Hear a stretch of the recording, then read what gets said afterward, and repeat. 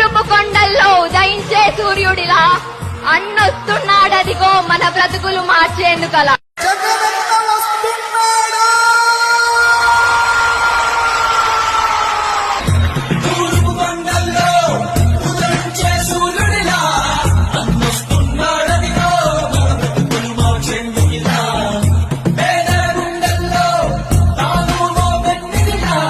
తూర్పు కొండల్లో ఉదయించే సూర్యుడిలా అన్నొస్తున్నాడదిగో మన బ్రతుకులు మార్చేందుకలా.